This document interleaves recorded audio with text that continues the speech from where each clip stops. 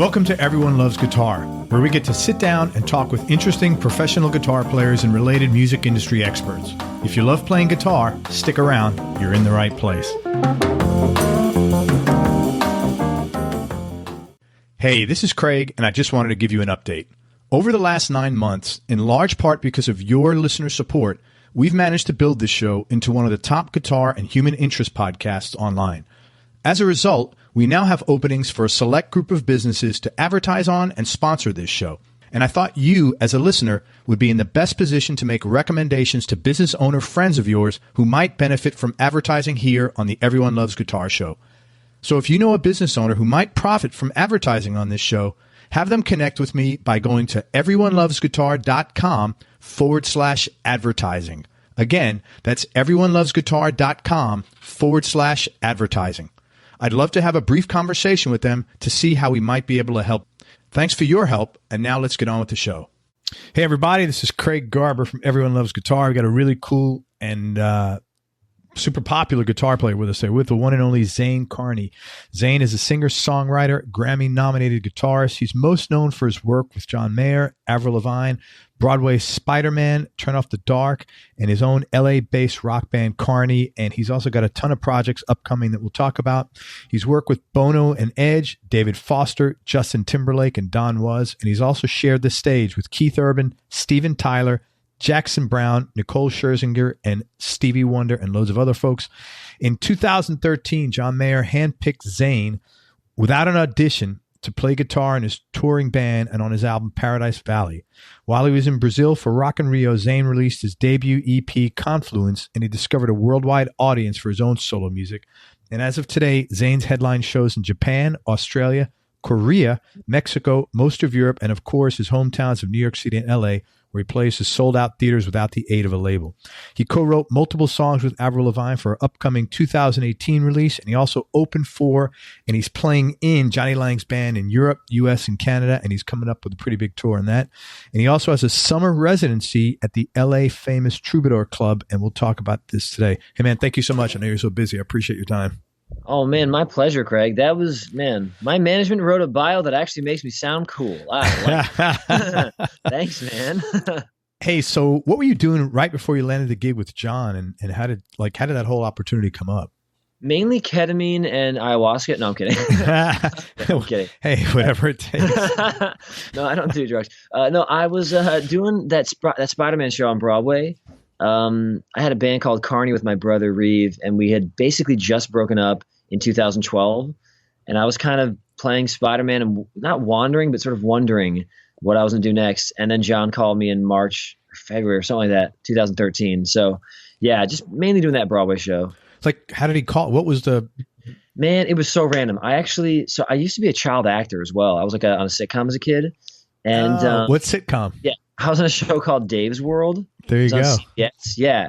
So that was like most of my childhood. And in fact, the director on Dave's World and the star of it, Harry Anderson, who unfortunately just passed away 2 months ago, but they were really encouraging about my music. And I always thought I'd be an actor. And they were like, no, you really should do this guitar thing. I was like, really? That's so cool. It's so random. So long story short, I was auditioning for pilot season in New York City because I was kind of aimless in 2012. Like Carney broke up. What the heck am I doing? So I went back to acting. And these pilot people, they auditioned for pilots. They're like, oh, we're going to get you a pilot, sort of these gatekeepers at CW. And literally I walked out of an audition at CW thinking like, wow, I'm going to get a pilot and go back into acting, screw the music industry or whatever. And then I got an email the next morning saying, hey, this is John Mayer's tour manager. I want you to talk to me about work.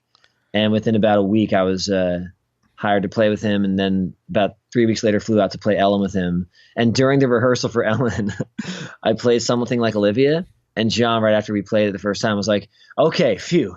Okay, this is going to work. Because I had an audition, So I was like, okay, cool. Oh, God. But like, where did he find you from? I mean, he found me through the same person, I think, that connected you and me, which is James Valentine. Oh, wow. Yeah. So James used to come to these jam nights in LA at either Teddy's or Guy's, and they were run by this actor and DJ Danny Masterson. Some people might know him from like That 70s Show. But so he did these jazz nights, and he'd have a live band play, and I was the guitar player in those. And James Valentine and Adam Levine would come by a lot. and James and I became super nerdy jazz guitar buddies. Right. So when I got the call, wild. John, I was like, "What? Who gave you my number?" I was like, "Oh, James." Like, that is so wild, man. Yeah, it's crazy. James is like the quiet, unassuming guy, like making all these connections in the background, man. If I ever like have a hit song or something, I'm gonna buy him a Ferrari or whatever car he likes. Because pretty much playing with John changed the trajectory, for so many reasons for me. So I'm so grateful about that. In what way? It was, I kind of went from playing in Carney, which was a really, that was an incredible thing because our band was sort of like Zeppelin meets the Beatles, meets Jack White, meets Radiohead. It was very guitar driven, and orchestration driven on the guitar tip, and lead guitar driven. So I got to really sort of become who I am because of that band. Sure. But even though we were signed to Interscope and we opened for U2 and Bono said some really nice stuff about all of us in the band, and my management quoted all these nice things he said and all that jazz. Even though that had happened, we were still relatively unknown, and then we broke up. So for me, it was more like I knew what I loved to do, and people like Bob Lefsetz or Jimmy Iovine, or they had heard me and they knew about me. I didn't have like a global platform yet because Carney was basically this rock band that the head of our label loved, Jimmy Iovine at the time. Yeah. But it was hard to market us. We didn't have 2-minute radio songs, 2.5-minute radio songs. And so when John hired me, it was like, oh, now everyone knows about me. This is awesome. So that's kind of how it changed things for me. So it's opened a lot of doors for you and made your name made you more of a commodity than an obscurity. Yeah. And I say I could have said before, or not my management had written before, oh, Bono said this thing about his guitar playing and he's worked on whatever. But that was more for a bio. Whereas now I don't need a bio anymore. People are like, oh, you're that guy from John Mayer's band. Yeah. What's up? People who are not guitar nerds, who are not industry nerds, just music fans. Yeah. At least half my audience, I'd say, when I'm playing Tokyo or I'm playing Kentucky, or they're usually I'd say half of them are like, oh, I'm your fan now. I bought your CDs. I bought your T-shirts. I'm on your email list. But I found out about you because of John Mayer. That's how I found out about you. So can you be good with that and just say, hey, I'm content with that? Because some people, I think, struggle with oh, I haven't suffered enough kind of a mentality. I get that a lot. And even though they've suffered a lot, it's almost And the good news is I would say, and I think my closest friends would agree, I am equal parts extremely grateful just that I, for some reason, have been dropped this willingness to practice and this ability to understand the fretboard and all that stuff. But at the same time, I've gone through a lot. I mean, most people think I'm 24 or something. I mean, even John, when he hired me, he was like, oh, yeah, Zane's 22. I'm like, no, I'm definitely 28, but thank you.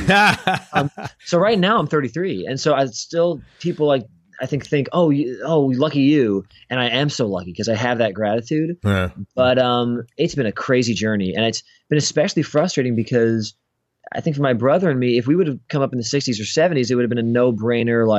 The sort of music we make and like to make is it's more about lyrically about, personal truths or spiritual truths or sort of toxic experiences or struggles. It's a little less what's currently in the mainstream music market, which is either pill taking or how to get high and let go of your problems for the night, because that's what you do when you're oppressed emotionally and financially, and you just try to live for the night because it's so stressful. And we don't write music like that. And so, and I like to write songs that actually tell a story. So for me, that sometimes takes a little more than 3 minutes, 3.5 minutes. Yeah. And so because of that, it's been a really tough journey. I mean, it's been a beautiful journey, but I can't tell you how many times I've had someone come up to me in New York or LA and be like, why aren't there 5,000 people here? And I say, well, I'm not on the radio yet. I don't really write those sort of songs. I hope that one day the radio format changes a little and these songs do come out. But yeah, and also it's not like it's just the system. I'm new to songwriting as of the past 7 or 8 years. So, but yeah, there are times where I'll show up in Tokyo and it's a sold out show and I'm like, whoa, this is awesome. And then I'll play in Kentucky and I'm like, why are there 8 people? What the heck do I have to do? So the journey for me, when I get a break, like playing with John, it feels like, because of all the hours and hours I put into practicing the guitar and understanding music theory and loving that process, it feels like a nice balance versus a lot of these young pop stars that are 17 that just become pop stars. So I definitely feel like the journey feels sort of equal right now. Good. It's good that you could allow yourself to appreciate that, because it's like there's no reason not to. Yeah, it's awesome. And also, like, people get found out from being on Kiss Radio, or they found out from being on Z100.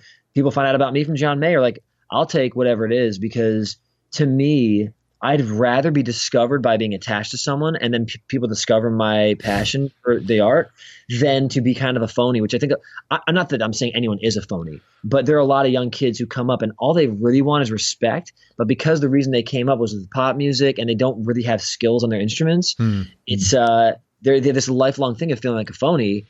Whereas I've had 15 years of like, you know, kind of grinding, and then a John Mayer thing happens. It's like, wow, this is awesome. Like, I don't feel scared if people fine-tooth comb my playing, because I had 15 years of just shedding and trying and struggling and, you know, trying to make it. And so it's really an incredible breath of fresh air when the John thing happened. It's awesome. It's good, man. I'm glad you feel that way. Yeah. What did you learn most from your experience working with John? You know, I learned a lot. Well, first off, I had been playing Spider-Man for like 2 years straight. And that's a Broadway show. And so it's the same show. And so my guitar playing was a teeny bit rusty when I started with him again, because I was either writing songs at home or just playing that same show. So when I came into the first rehearsal, I was like, damn, people weren't lying. Like, this dude can play. Crap, I should have practiced more. So that was really fun to be like, wow, he just really – it is possible to strive to do it all, you know, to really write, really sing, really play. But I also – you know, man, he was we're still friends now. He's just so supportive of my instincts. And so that helped me trust my instincts even more. What else? I learned about just incredible songwriting. I'm still trying to find that balance, because I'm very much of a feeler when I write, and he's so good at like the mathematical precision of a song. But his songs have so much emotion. So I'm trying to continue to develop that after seeing it firsthand from him. Like, it's okay to kind of puzzle stuff together songwriting wise, while still having it be full of heart. So I'm trying to still grow from that. I don't know. There are other things that I kind of feel like I learned before John, like opening for U2 or opening for Government Mule or playing different festivals. I used to play with Jesse McCartney and all these people. Playing big, you know. Talk about that opening for U2 and opening for Mule, because I love Mule. Warren's one of my favorite. Oh, the best. Yeah, that was awesome. I mean, I was like 20 or 21 when Carney did that, and he brought Reeve and me up to play on Radiohead's "Creep," and he gave me the big. Oh my God, he does such a good version of that. Oh yeah. But he knew. I love guys like that, like blues guys of that, you know, like the Buddy guys and guys like that see young kids and see what they're really doing and support them. It's so special. I mean, he gave me like a 4-minute solo at the end to just rip, because he knew that this was in probably Fresno or something. We were just opening for them at some theater. But he's very supportive. And again, you said, what are some of the good takeaways from playing with John? When someone introduces me now, I never bring it up. But when they say, hey, Zane played with John Mayer, you know, and no matter who you are, they'll be like, oh, come sit in on my set. You know, fear. They know I've been vouched for. Yeah. And so I've talked when I give clinics and master classes at universities. I give like master classes on classical and jazz theory, kind of a la Jacob Collier. You know how he does it, if you're familiar with his work. But so a lot of kids ask like, well, this is dumb. All we care about is the music, not networking. And I'm like, hold on. Let me tell you a little story about before John and after John. And not that, you know, once people heard me play, thankfully they were always generous and kind and supportive. Not that I'm like the best or anything, but they were just nice. No, but you at least, it's not like you got a layup thrown to you. You know, it's like you earn, Right. It's not like you got that position and you didn't deserve it technically or playing wise, you know. That's my hope happened. I mean, I only because, like I still have tons of, you know, idols in my mind and people I look up to, but not one of them at this point would I feel nervous playing with. Not because I'm so good, but at all, you know, but purely because I love the language of music so much. Yeah. And so if they go into a conversation in some different mode or in some different world music style or in some different keys and share, I just feel like it'll be fun. And so it's really nice when John calls now. I'm like, oh, if Paul McCartney's like, let's go play, I'd be like, great, I can't wait. I wouldn't be like, oh, but what if I don't know this style? I'd be like, no, I've been spending so many years practicing it because I love the instrument. Like, this is going to be fun. I can't wait. So it's really cool, man. Yeah. That's awesome. And for the record, you do not look 33. You look like, 25. I haven't shaved today. Thanks, man. Talk about how you got the gig and the nature of the engagement with some of these guys and what you were doing. If you have a cool or interesting story about working with them. Yeah. Justin Timberlake. That was fun. Yeah. So my former manager was a guy named David Sonnenberg, and I became managed by him purely through Carney. And so the real quick synopsis here is that the Revolving Band was a band my brother had. It was called Reeve Carney, the Revolving Band. It included Charles Jones on keys. Some of the listeners might know him from Wolfpack. I interviewed Corey. Yeah, great. And Charles also is Andrew Day's MD, and he plays with Raphael Sadiq, and he's just one of the best organ players and singers in the world. So he was in the band. My sister Paris Carney was in the band. She's toured the world a couple times over with the Jonas Brothers, singing backgrounds with them, and she writes songs for different artists, like top lines and this stuff. Tommy King was in it for a hot second, which we'll talk about him later. But he and I have a new project, but he is Haim's MD. So it's all these crazy people that would kind of revolve through the band. But Reeve, my sister, and myself were the constants. And then that band became Carney once Interscope signed us. And so once it became Carney, Interscope said, we're going to sign Zane. He's the Keith Richards to Reeves Mick Jagger. So suddenly I'm signed to a major label with my brother. Then Sonnenberg said, well, we're going to manage you. So I kind of fell into management. And at this time I was not an artist. I was just discovering that I was really a lead guitar player, outside of just like quote unquote solos. I was I love like Johnny Greenwood. I love him. I love really kind of songs. And so my management, I guess, the day-to-day that we had, Ken Commissar, he was the president of Justin Timberlake's label, 10-Man Records. Justin had this new artist, Matt Morris, that was on the friggin' Mickey Mouse Club with him when he was a kid. He needed a guitar player. Matt Morris had come to all the Carney gigs. We had a lot of industry fans more than popular fans. And so Matt's like, I want Zane to play guitar and I want Carney to play on it. So we came in, and when I walked in, I didn't even know Justin was producing it, I don't think. I walked in, I'm like, oh, okay, cool. What's up, man? He's like, yo, man, here's the track. Listen to it. And we played it once. He's like, cool. Can you go do some stuff? And so we just walked in and played after hearing it. And then at the end, he's like, yo, man, I want you to improvise at the end of this song. Just like do chord melody improvisation. I'm like, okay. So I did a few takes. He's like, do it again. Did it again. He's like, do it like 3 more times. I'm like, all right. So I just did, random improvisations every time. And I have my guitar over there. I could almost play what it was. Then at the end, he's like, yeah, man, go take a break. So I get some coffee or something. And I come back and he's like, check this out. And the end of the song was just like 7 of my guitars playing in tandem, So, because they were all like diatonic, with the harmony. So all together. And I was like, oh, dude, I'm going to steal that technique. I'm going to start doing that on my records. But he was really generous and really kind. And then he called me for another session about 2 months later, but I was on tour with Carney. And now my friend plays trumpet in his touring band. So yeah, it's some fun connections there. That's cool. It's amazing how like incestuous the music business is, man, isn't it? And what a small, like little guitar world it kind of is. Totally, man. It's a small, I would almost say for me too, because it is a small guitar world, but it's also a small stylistic world. Like once you're in with, a pop thing, then suddenly someone like Avril LaVigne will be like, oh, I want to work with you, or if you're in with the jazz scene and you have a record you're on, then all the jazz guys will say, cool. And it's that thing kind of with the John Mayer effect. Yeah. It's like, I don't even consider it a John Mayer effect. I almost say it's more like if I talk to someone on the street randomly and say, hey, would you like to be my friend? Most people will be skeptical. But if I introduce them by saying myself by saying, hey, I know your brother-in-law. You play on the same hockey team that I play on. My name's Zane. You've probably heard about me. They'll go, oh, yeah, okay, I'd like to be your friend. Yeah. If I assault someone with information, they're going to be closed off. So if I say I'm a guitar player, it's like, okay, what does that mean? But if I say, oh, well, I toured with John Mayer. Oh, okay, well, let's play. So I think it's human nature to be discerning until someone's vouched for you. I think you just came up with the title of your first book, The John Mayer Effect, man. I like right. that. I'm totally serious, man. I love that. That'll sell. Oh man, yeah, you're probably right. I feel so bad though because he's my friend, so I don't know if I'd do that to him using his name as as a promotional tactic. But I love the title. Yeah, it's a new, it's a psychological dynamic of interpersonal relaticships. A study by Zane Carney. That's hilarious. I love it.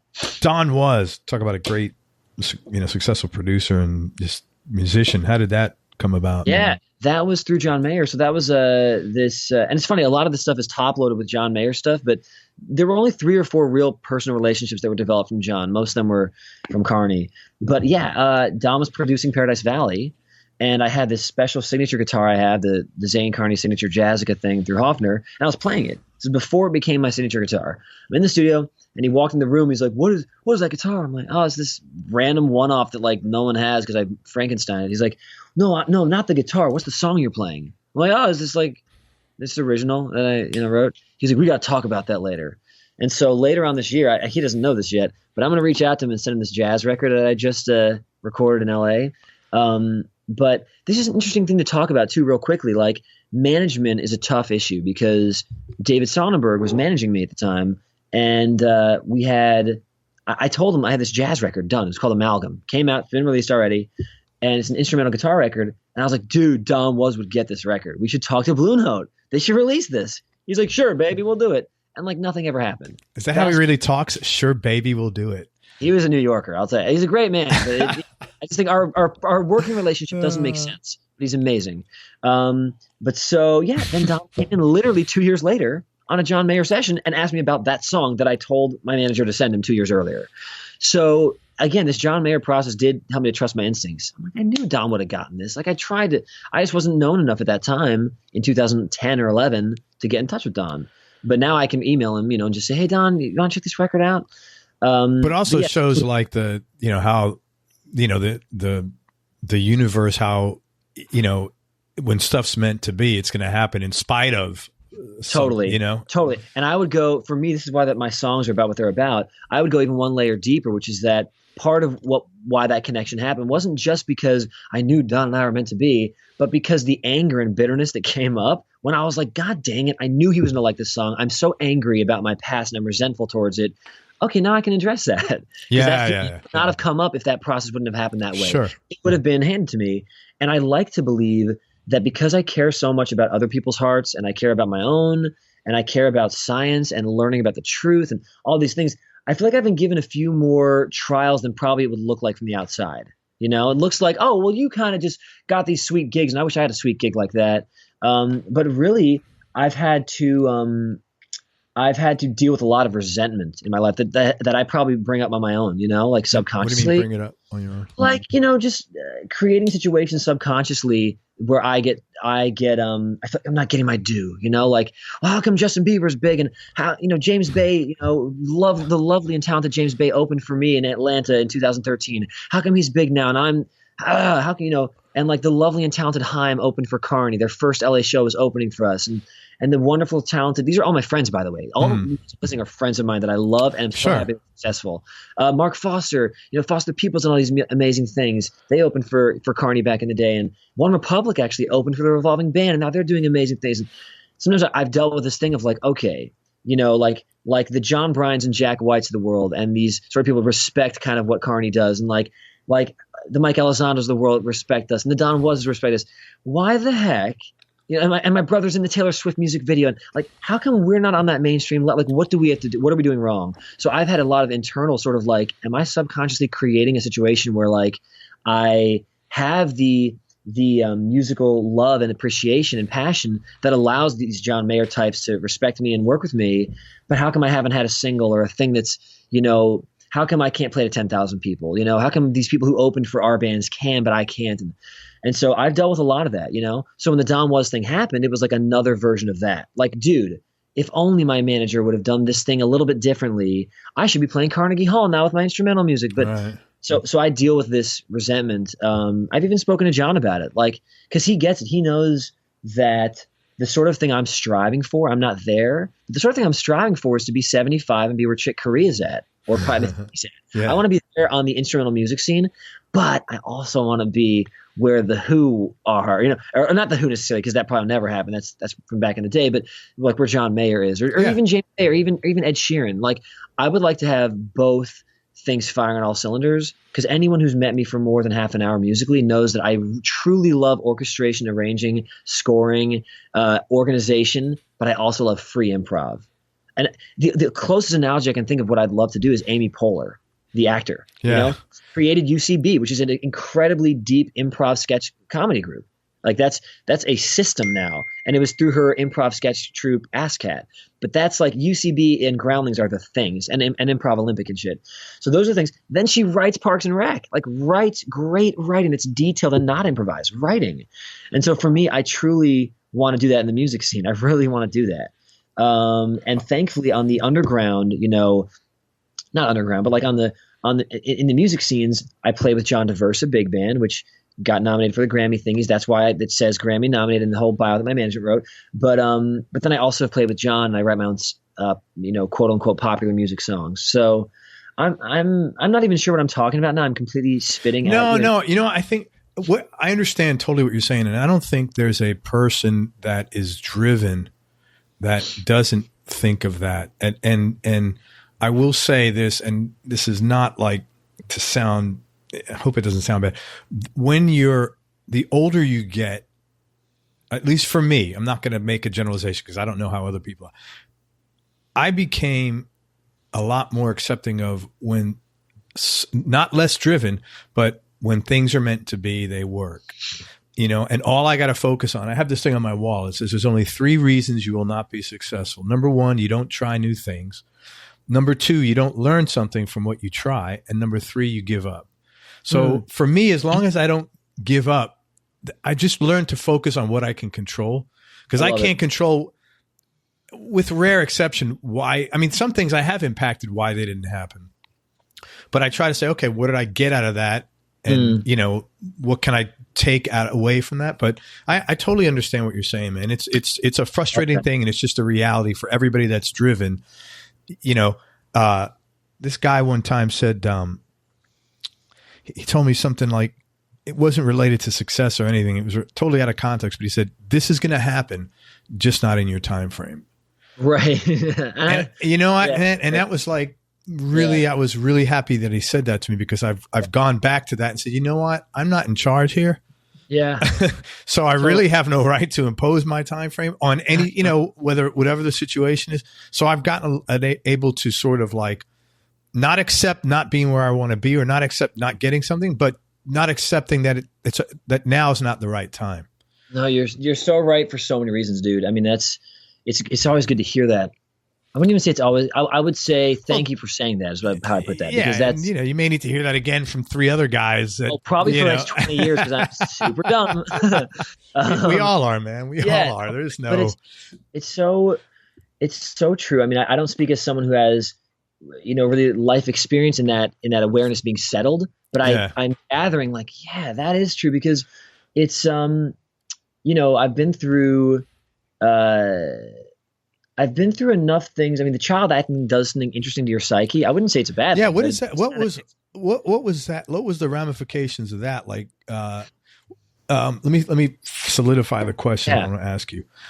What was the good, the bad, and the ugly about that whole experience? Because that's not a normal.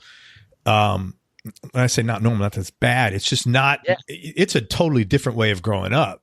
Totally, yeah. Because it's interesting. As a kid, I think some people grow up without any sort of child labor or work, and they still kind of grow up with the same quirks that a professional child will grow up with. If they can convince themselves in their mind that their school situation is life or death, right? If they can convince themselves that this is life or death, then some kids do wind up with the same sort of neuroses. But when you're a child actor, whether or not you feel that way, you feel the pressure that this show's going to be seen by 1 million people each week. And so there's no option to fail. Like, you need to get your lines right, or else we can't finish this scene. So there is a pressure that most children aren't used to, because most kids are used to, I want to get A's, but I didn't. Okay, well, next time I will. But on the show, it's like, no, there is no next time. Like, right now, get it right, or else we can't move on. And that's a lot of shit, coping skills that you don't have at that age, period. Exactly. So, yeah, I mean, that was maybe the quote unquote bad, I guess. But at the same time, I feel like that was in some way a good. Of course. And the main good was the family I had growing up. It was like a total family. And now 2 of the members of the cast have passed away. And one of them meant a tremendous deal to me. First person who's passed away in my life that elicited any sort of emotional response from me. And I'm still sort of getting hit by it in waves because he was like my second dad in real life, but he was the star of the show. That was Harry Anderson. That was Harry Anderson. Yeah. What else was he in? Because I know his name. Yeah, he was in Night Court. Okay. He was the star of that. He was the judge on it, and then he was on Cheers. He was Harry the Hat on Cheers, a guest star. He did a bunch of other stuff. He was also a very, very well-respected legend of magic. So he was like a comedian magician, one of the first actually comedy magicians. And so he taught me magic tricks, which allowed me to learn about to fall in love with discovery, which I think is really what's led to my guitar playing being the specific, way that it's shown up. I'm really into, like, when I give private lessons or master classes at universities, for me, it's always about the, sucking as much nectar as I can. So if I'm doing my cage system, all 5 shapes, whatever. Sure, I can know all 5 shapes. Awesome, they're automatic. But what I did as a 12-year-old, because I'm a nerd, is I would play this shape, and then I would say out loud in my bedroom, like a little weird kid, I would say G, A, B, C, D, E, F sharp, G, A, B, and I'd be seeing the shape in my head and on my hands. And then I'd do 1, 2, 3, 4, 5, 6, 7, 1. Now, if it was the Dorian mode, I'd say 1, 2, flat, 3, 4, 5, raise 6, 7, 1. Or sorry, 7. I sang it really sharp. Sorry, 7, 1. Yeah, you just go through all the modes. Yeah, and I'd do them on every shape, even the really confusing looking ones. So I'd learn the note names in that part of the fretboard. I'd learn the intervals as they relate to that root. Then I'd be an extra nerd and stay in that shape, but then change my mode in that shape. So, like, for example, I'd be like in, 8th fret playing a C major scale. And I'd say, okay, well, these are the intervals if this is a C major scale. Then in my mind, I'd change it to the E Phrygian mode. And now I'd say the intervals as they relate to that, even though it's the same system shape. It's the same freaking notes exactly on that part of the fretboard. But my mind would shift to, well, if we're in E Phrygian, now this is the 1. This used to be the 3. Now it's the 1. So all this kind of fun stuff, I kind of learned that from Harry, how to love discovery. Yeah, but that allowed you to learn the fretboard like no one's business. Yeah, I really love it. For me now, when a key changes, and I talk to students about this, and I don't have that many students because normally I'm playing tours and stuff, but I'll do private lessons sometimes. But when I do them, it's fun because we'll talk with the students about this, how when we change keys in a jazz setting, it's one thing to say, okay, well, this is a 2-5-1. So I'll do Dorian for this 2 chord, I'll do mixolydian for the 5, and I'll do Ionian for the 1. It's one thing to say that. And then it's the next thing to say, well, these are all the same key signature. So you don't need to think about the modes. Just play one key signature and the chords will take care of it for you. So that's the next step. But the real next step to me is when the fretboard is like the matrix, the green code. Yeah. So when the key changes, the fretboard becomes B flat major. And when the key changes, the fretboard becomes G flat melodic minor, like the whole fretboard. And for me, the only way to do that is piecemeal and then doing my intervals and note names while I'm doing that piecemeal work. Absolutely. Yeah. That's exactly what I'm working on now. I'm a lot far behind that, but I know I'm willingly taking a step back for like a year just to do that because I know I won't really know how to play unless I do that. It's so fun too. It's really fun because once you're like, oh, my ring finger is the major 7 now, and then the chord changes down to minor 3rd, like, oh, my ring finger is now the 2. Whoa, oh god, it starts to connect. It's so fun. I'm not as enthusiastic as you are, but I know, yeah. I love this stuff. Oh, it's like my life passion. I love it. Yeah. What you've played all over the world, and I was curious, what would you say the primary differences are between U.S. audiences and audiences in other areas? Well, my favorite audience is North Korea. No, okay. That's a weird joke.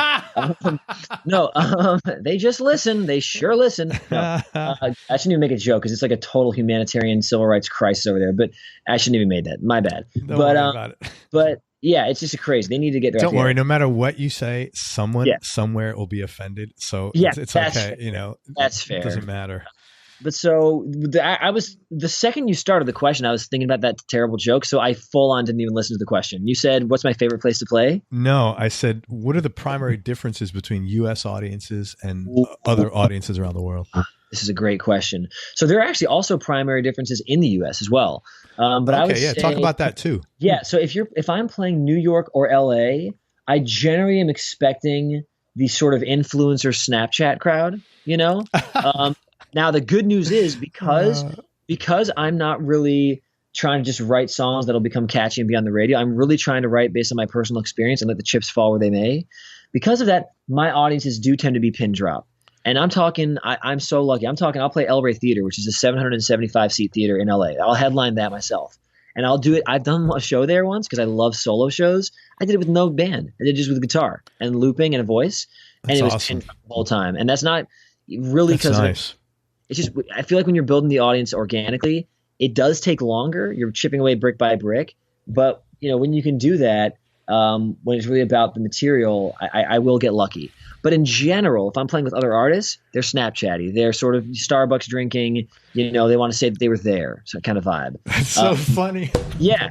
Whereas like Nashville, they really do listen. And then most of the South listens. Although as you get deeper into the South, the audiences get more rowdy, and so they want blues guitar solos a lot. It seems. And then I experience in the Northwest a little more of like, I don't know what's the word.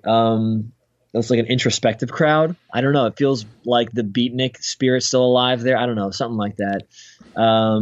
This is really interesting. I've never heard anybody break this down like this. Yeah, this is just my experience. And the thing is, I would say I've played.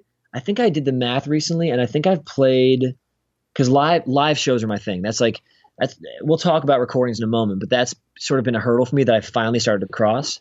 Literally the past month and a half, I've crossed this hurdle. In live shows, as far as recording shows. Live is. Man, I've played, I MD'd an artist named Katie Malua on Jimmy Kimmel Live playing this freaking what do they call it? The false harmonic technique that I never do. And I had live and I felt fine. And I had Lyme disease for a while and couldn't get out of bed, couldn't even get out freaking to do my dishes. And I did play with Joss Stone on Jimmy Kimmel as well. And I felt fine about it. Like live, I just feel natural. And my first gig ever was at age 7 on an off-Broadway play called Nightmare 101. And I was the kid actor in this off-Broadway play. So I just love live performance. So I did the math, and I'm pretty sure, I'm not joking, if I were to include Dave's World, which is performed in front of a live studio audience, I'm playing easily what was the number I came with? 5,000 shows, some insane number. Wow. Because for your age, especially. Yeah, and when I'm in LA, it's I'll sit in on so many gigs, and I don't know if I really include those just sitting in, but man, me coming up the ranks as a kid from 15, starting playing gigs at jazz clubs and blues clubs to 22, I was just gigging 5 nights a week. I mean, I was all the time, and so if you do the math there, that's 300 some odd shows a year, and then you start to add child acting. It's just been a lot of live performance. And so, I feel comfortable in front of an audience that's listening or one that's not. I've had some fun nights too, where it's a room that sets itself up to be a listening room. And a lot of people paid $20 to come see the show and they're not getting their money's worth. And I'll look into the crowd, not angrily, but I'll sort of give a little bit of if you're not going to listen, you can leave kind of vibe, Yeah. And I'll hit a loud note on my pog. I'll do a guitar solo that kind of sucks them in. And it'll be a really loud note, and then I'll look, and then half of them will stop talking to look up, and then I'll keep playing. And if the other ones don't play it, I've stopped shows before in 100-seat small rooms where people are paying a lot of money to see a private show, and I'll be like, listen, this isn't a corporate gig. This is a concert. 75 people here are here to listen. I'm fine with you talking. I really am. I've played bar mitzvahs and I've played live studio audiences and I've done all that.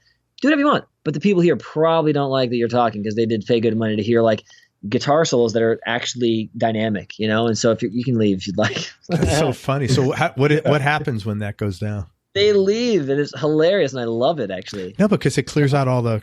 Yeah, and I'll pay them back their money if you didn't want to come to the show. If you came here to be part of a scene, because here's the other thing, and this is going to be the only name dropping thing I'll really do in this podcast, but because of playing with different people, because of really caring about my craft and loving the art of it and the fretboard and the theory and all that.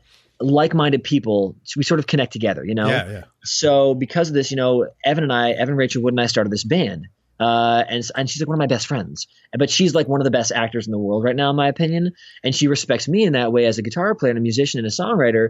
So we gravitate towards each other because of this. Friends that come to my shows, Jeremy Renner came to his show, and then Ruby Rose came to his show, and then Avril Lavigne comes to a show. They come to sit in the audience to see these shows, right? So when they're there. And then people are still talking around them. Here's why it usually happens. They know Ruby Rose is in the audience. They know Keegan Allen's in the audience, who's a fantastic young actor. The point is, they'll come to these shows. Celebrities are there. Now the people want to come to just see the celebrity watch a show, and they're talking and Snapchatting about it. It's like, dude, that's not, no. I don't know if you noticed that person you respect, that celebrity in the audience, James Valentine will come to the show. They're here to listen. Yeah. Follow their lead. And if you're not going to, you got to leave. Because this music, it matters too much to me. I mean, for me, I very much see myself doing like a PBS special one day, a la Bobby McFerrin, you know? Like, that's the sort of music I want to make. Where, and I go to concerts and I'm that listener. When I go to a Chick Corea show and someone starts talking, I'm like, I'm not trying to be a jerk. I really feel like I need to listen to this.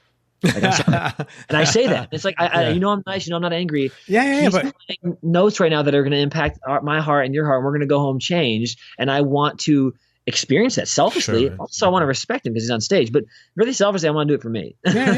No, but I mean, you're paying to see a show, man. It's the worst when someone's screwing up your shit. Totally. Now, that being said, when you go to a government mule show or those, and and they're shouting during solos, I love that. I love it all. So to finish answering your question, Tokyo, they will listen until about 5 seconds after the song. And I love that because my brand of music is very jazz and classical on the dynamic tip. Sort of film score. I sort of do like a soundtrack moments in my show. Like, it needs to be a listening crowd. So I love Japan. Copenhagen's like that as well. Very respectful. France, they erupt after songs. It's like a beautiful sort of passion thing. I mean, these sort of sound like stereotypes for the countries, but for me, they've lined up in the shows. That's cool, man. No, thanks for explaining all that. Yeah, man. So let me ask you this. Did you grow up in New York or because you said I did. Whereabouts? Manhattan, 17th between 5th and Broadway. Oh my God. What a freaking amazingly cool location. I know. Oh my God. No. And I was in I was born in 85. So like that was till 97. That is so cool. Dude, roller hockey was a thing in Union Square at that time. Yeah, I love Union Square. Oh, I was just there in May. I love it. I'm from there. That's so cool, man. Oh, wait, man. Where are you from? I'm from the Bronx, though. Not from the night. Not from 17th Street. I love that. I hung out in the Village every weekend of my life when I was a kid. Whenever we go back, we just stayed at the Hyatt down in Union Square. Yeah, I love that whole area. It's just so cool, man.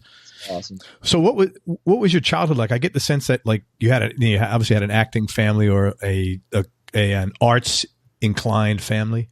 Yeah, totally. Yeah, my dad was a jingle writer in New York City when the jingle scene was like the thing. Wow. So he worked with Will Lee and Lenny Pickett and all those guys. Yeah. And he actually wrote the song that eventually they snipped to a 2-second clip, and that was Anything Goes with Play-Doh. Like, he wrote that, this whole song, he used that. So he basically wrote that big, childhood thing.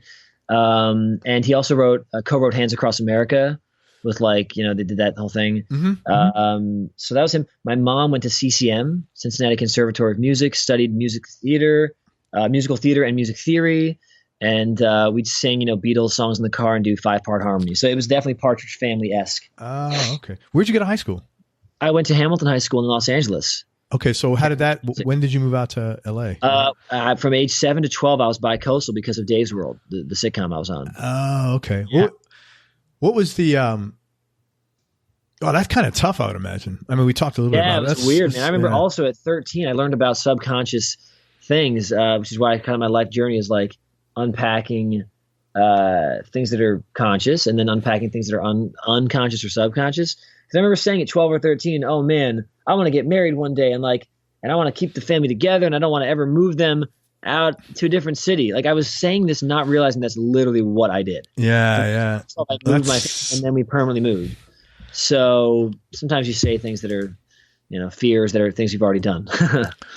Well, man, it sounds like you're at least in touch with what's going on in there, man, which I think, I try to be. I think not, lack of awareness is such a big problem, to be honest with you, Yeah, that's why it troubles me, the music that's coming out now. And people sometimes say that I'm like a grandpa or like, come on, man, just have fun, like relax. But it's just not in my spirit or nature. I really, to me, Joni Mitchell and Bob Dylan and Neil Young and James Taylor, like, cool. That's mining for truth through really tough experiences and then sharing their experience, strength, and hope, which is a term my friends use in 12-step. I'm not in 12-step, but I've heard that term. But so it's like, yeah, that's what an artist, in my opinion, artists are teachers and healers. And right now, unfortunately, because of the economy and the nature of our political system and just all this crap going down, in the world, there's a lot of a desire to run away from feelings, a huge desire in the art scene. And even the love songs have become more toxic, in my opinion. Like they used to be about like, to really love a woman, Bryan Adams, whatever. Now they're like all about this like chaotic, like if you don't love me, like as long as you la la la la la la, as long as you like really like that's another stuff. Like guys, stop. I Justin's music. That's so classic. But it's just like, dude, really? Because what about like Bill Nye or Neil deGrasse Tyson? Like, how about just like learning what the truth is and being okay with the truth on truth's terms? Or as again, my 12-step friends would say, life on life's terms.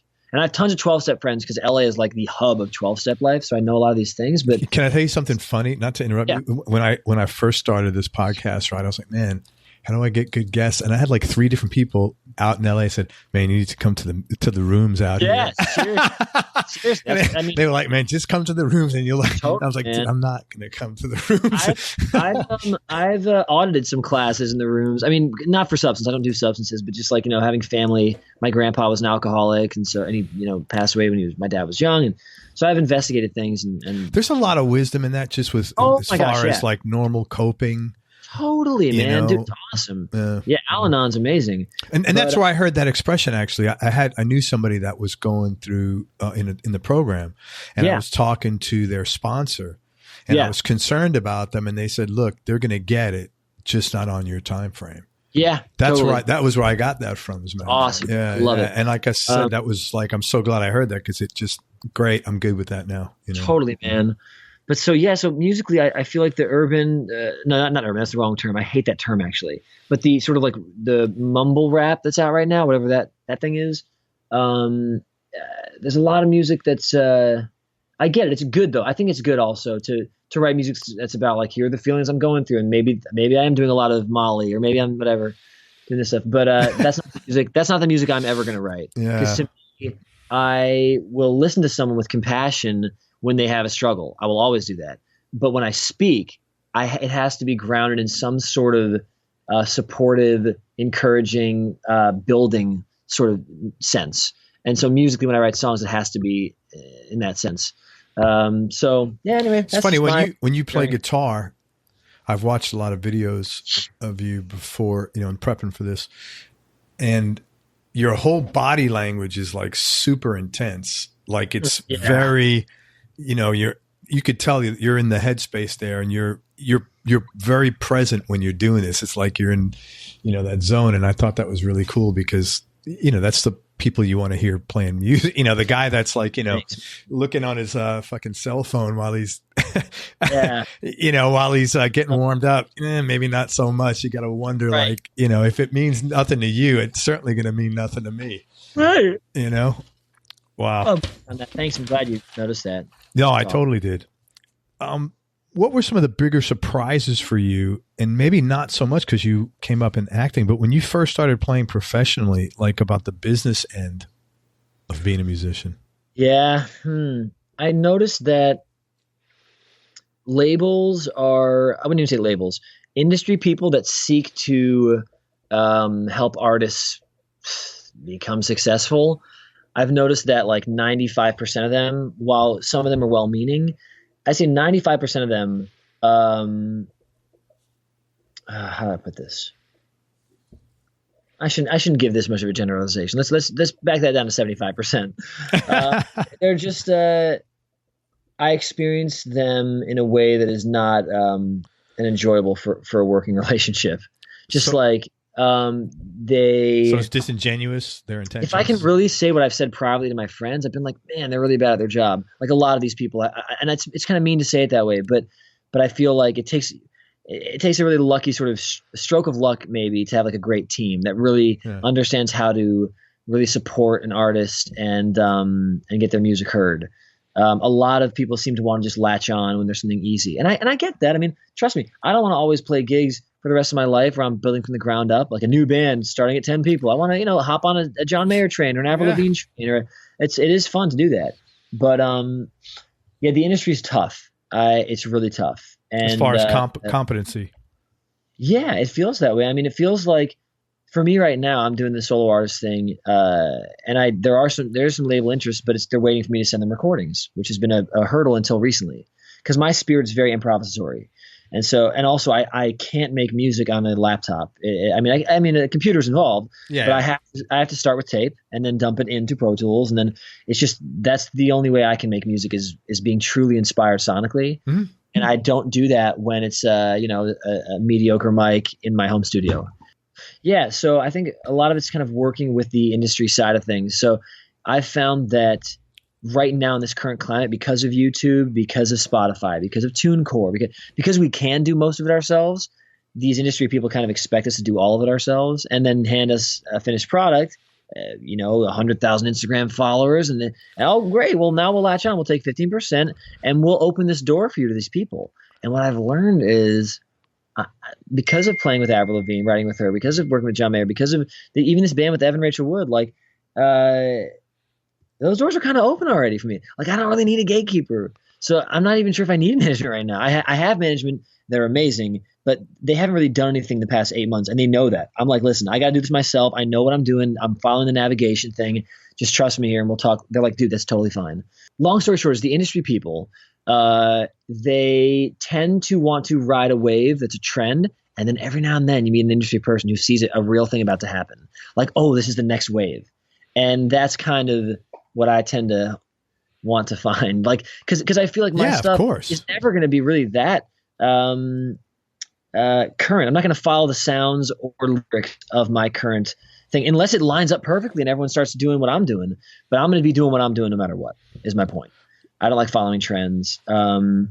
Yeah, so that's just where I'm at. So industry-wise, it's tough. It's tricky, but I'm incredibly grateful for the opportunities I've been given that allow industry people to, respect me and respect my craft. So I always feel like I have allies. Very cool, man. Yeah. Hey, let's talk gear for a few minutes. You got like a nice shit ton of cool-looking guitars on your wall there. What is your go-to guitar right now, and maybe what other two guitars would round out your top three? The go-to, it's probably this Monterado guitarist viola guitar. So yeah, it's this guy Kelly Monterado, based in Colorado. Most people have seen me play a blue Telly. Yeah, that's what I've seen you play. That's that one right up there in the corner, right? Is it over there? It's different than that one. That was the one I used on Spider-Man. Okay. By the way, do you know Jake Ezra Schwartz from Broadway? He does a lot of stuff on Broadway. And I was such a rogue. I kind of came in, I was like a hired gun, and then I went back to LA. So I don't really know the scene as well as I should. No, totally cool. Oh, pardon me. But so yeah, guitar wise, that Monterado I'm using on tour with Johnny, and then I'm using it at my solo shows, like my solo Zane Carney headlining shows. Is it like a Telly also? It's like shaped like a Telly. Here's the cool part. So my Telly, my blue guitar is kind of my main thing that I play with Mayer and Carney and all that stuff. And recording wise, I use it all the time.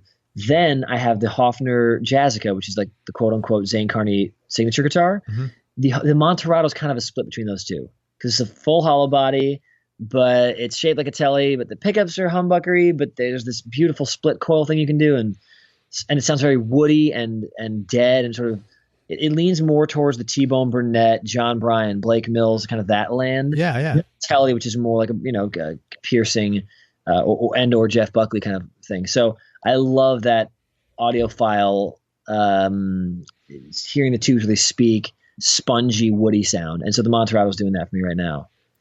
And then the Hofner's second, and what would be number three? I would say the Telly's second and the Hofner's three, which is a really bad advertisement for my signature guitar that people can go buy at zanecarney.com. Like crap. No, but it is what it is. I mean, it's what it is right now. Now, that being said, the Monterado is kind of a master of all things, or jack of all trades. It's not a master of none. It's a master of its own thing, but it's a jack of all trades. Yeah. The Hofner is its thing. And so if I have more space on tour in my guitar rack, I always have the Hofner.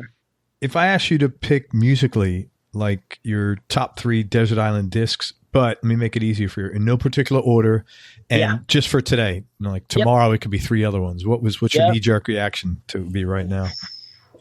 Ooh. I think Aerosmith 9 Lives has to be on there. I've loved that record since I was 12 when it came out, 11 when it came out. Aerosmith 9 Lives.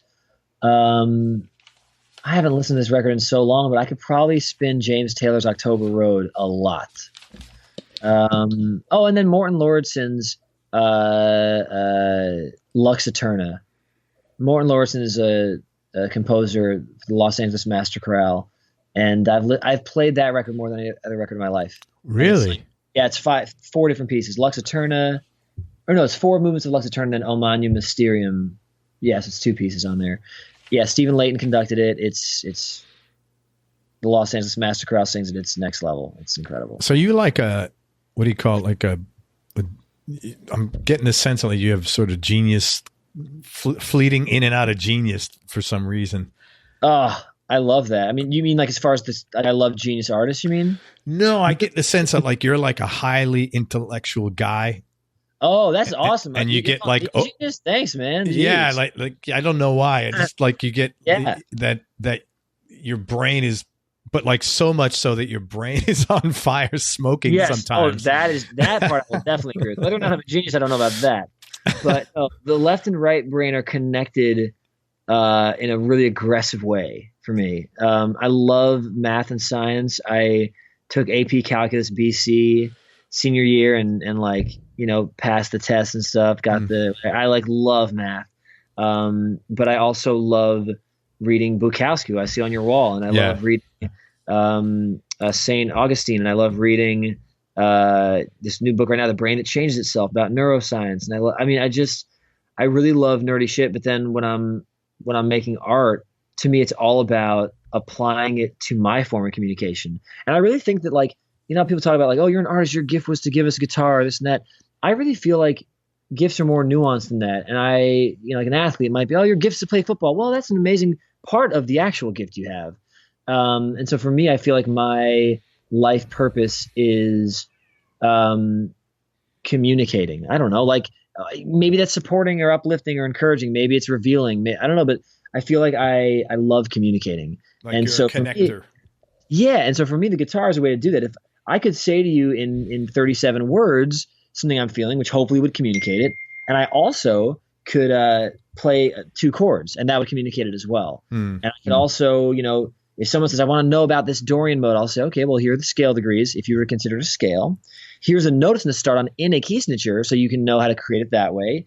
Here are some chords it'll work over. And then also, here's an analogy. So if I were to say this sentence, I've lost my way, and I said that to someone where I'm on my knees crying, you're going to say, oh no, his life has ended. Oh God, this is so sad. But if I said I've lost my way when I see 2 really hot girls walk by and my wife's by, that's funny, And modes are just that. Yeah. It's a key signature set from a different point of context. So I can communicate it. I like to communicate it that way with a story, or I can play it for you. So I love connecting the dots. And so yeah, at a young age, I felt like the right brain and the left brain were sort of like intermixed. So and that's one thing I love about John Mayer. I do it very differently. I think we have different ratios of the left and right brain, but I really love. I like being in any situation and being able to connect with someone. So I would love to meet Neil deGrasse Tyson one day and give him a big hug and be like his best friend. And then I'd also love to talk with Joan Baez one day. It's just like, I just feel I like it all. And yes, my brain is on fire and I need help, but I go to therapy, so I think I'm gonna be okay. Hey, what's your best childhood memory? I like that shirt, man.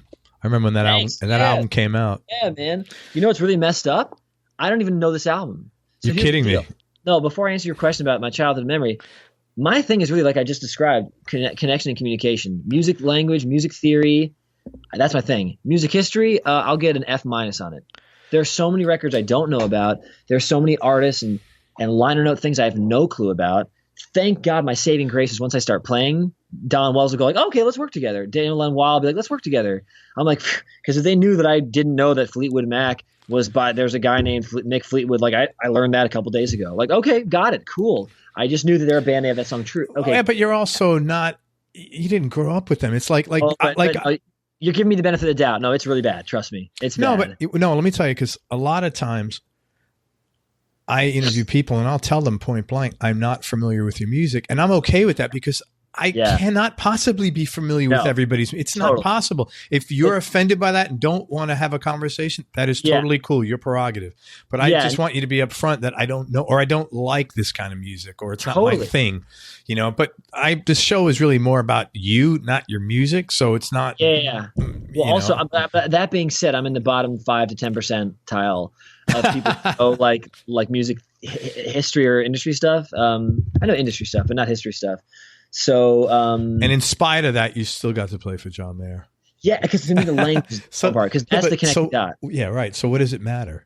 You know, no one's. You're never going to get a gig or not get a gig because you didn't know Mick Fleetwood.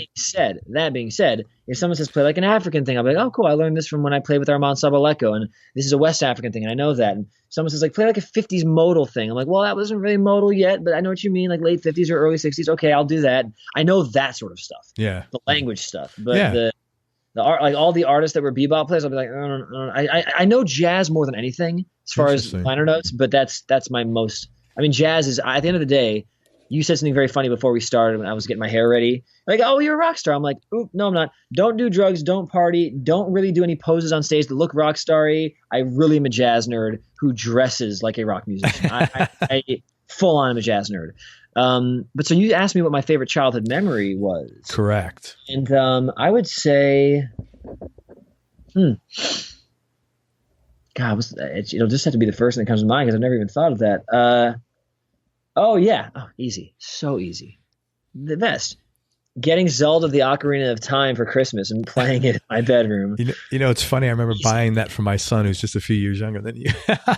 It was just, I couldn't believe the storyline. I couldn't believe that. And that's so funny. Just the best. The ocarina, and then I bought him an ocarina. I was like a little musical instrument. Yeah. It was so funny, man.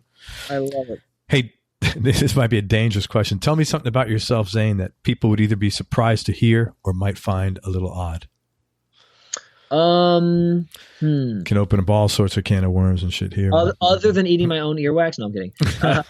That's such a gross joke. No, I would say, I mean, I think generally people, when they see me perform and I have dark hair and pale skin, I dress sort of like a pirate meets like a pauper from the 16th century mixed with like, I don't know, I dress like a maniac a little bit sometimes.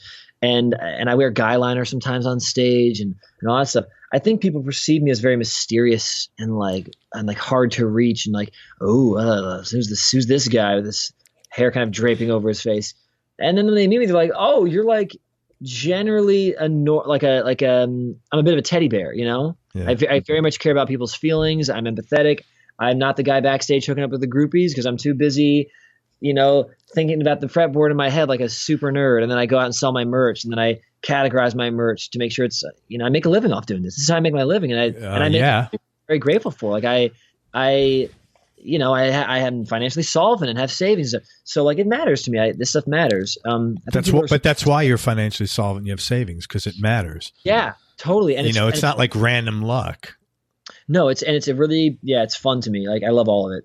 But so that might be something that would surprise people. But the thing that might be off is, no, actually, just to speak to that a little more. I also, I'm single right now, and I've been single for a long time, mainly because of loving having orgies. No, I'm totally kidding. I've never even had a threesome. I'm totally joking. No, I'm not cool. Like I said, I'm not cool. God. I'm zero cool. Wait a minute. Yeah. Zane's taking applications though. Yeah, for his first threesome. He wants to give me my first. For his first threesome. Here's the problem with threesomes though, and my mom she'll hear this and she'll hopefully laugh at this because she'll know that I still am that good young boy that I was.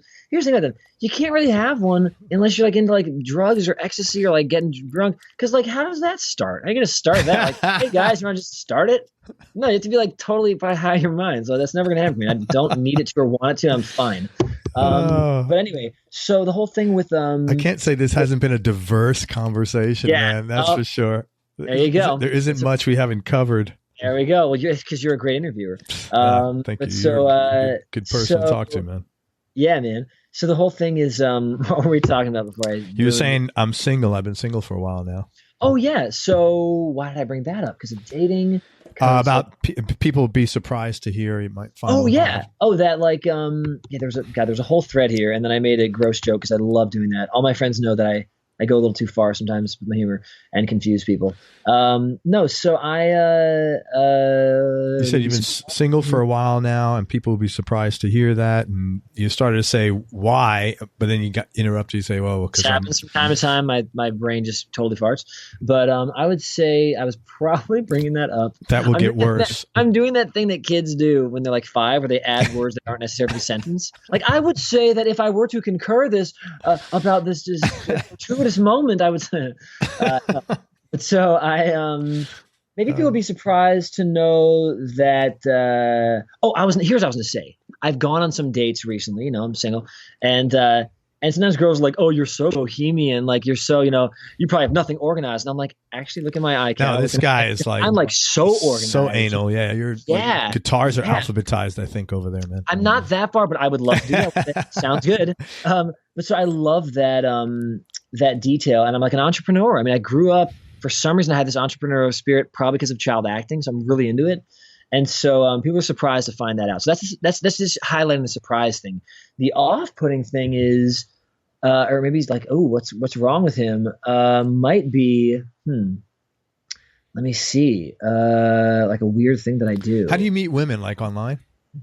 It depends. I mean, I'll meet them at shows, which is sometimes tough because I think most people that go to shows, I'd say about 80 to 90% are like part of like having fun in those scenes. Like, oh, we can, and I'm not like against substances. I just don't drink because I don't like the taste of it, but I'm not sober or anything. But it's usually more of like let's be fun and be like weird and like stay up late and be kind of freaky. Yeah. Whereas for me, if I like want to have a fun late night, it'll literally be playing with some friends, like, Nintendo 64 games, or like talking in my backyard about like, the nature of the cosmos. Like that actually gets me excited. So when I go to gigs and meet girls there, they're probably not going to come home and talk about the cosmos. Yeah, I mean, that's fine. Throwing a dart out there. Now they may be into that, like a guy like that, but to me, I'm really interested in meeting a girl who, no, you need to go to like planetarium.com or some, exactly. No, but that being said, I definitely am on Raya, which like my friends told me to get on, which is like, what is that? It's like an industry dating app that like actors and musicians. Oh yeah, that's probably good. Yeah. So I am on that, and I'll meet people there sometimes. And I've met some really lovely people the past couple of years. Do you want to give people your handle? My handle, yeah, I wish there was that. Oh man, it's the only problem with Rise. It's like an exclusive thing, which I hate being part of, like anything exclusive. Oh, you have to get an invite. Yeah, it's like a whole like, oh, you're part of this. Oh, you know these people, so that means you're part of this community. Cool, you're allowed in. And I'm the most. That's like the most antithetical thing to my spirit as far as making friends and caring for people. But I do like meeting people that are painters. It's cool. Like, oh, you're a painter. I like that. We probably share the same schedule, as far as staying up late. Let's hang out. Plus, you don't have to limit anybody you meet to exclusively to that app. Exactly. It's just being in there. Exactly. It's just another vehicle. Exactly. But yeah, so that's the thing that I guess that's off about me is I'm. What is that thing called? Raya? I never heard of it. Yeah, Raya. Raya. Yeah, I wonder if people are going to think I'm an affiliate or something like that. I just never heard of it. No, I know. I wouldn't know. I've been with my wife 26 years. I wouldn't know any of these things. I mean, of course. I sometimes my older son, but now he's in a relationship, so I used to like get some intel, but I'm sort of like in the right. No, yeah, dating is interesting in LA, but yeah, I mean, I guess the most off thing, like specifically, is like I played Pokemon a lot as a kid. Like I'm a true nerd, and that's pretty much all I can think of that's off. You probably have some great questions coming up too, and I want to answer them. Who's had the biggest influence on your life? Jeez. That was a really good segue, by the way. I like that. Yeah, right? You probably have some really good questions. Like, come on, man. Just get on off the this musical one. On the musical tip, definitely Wes Montgomery.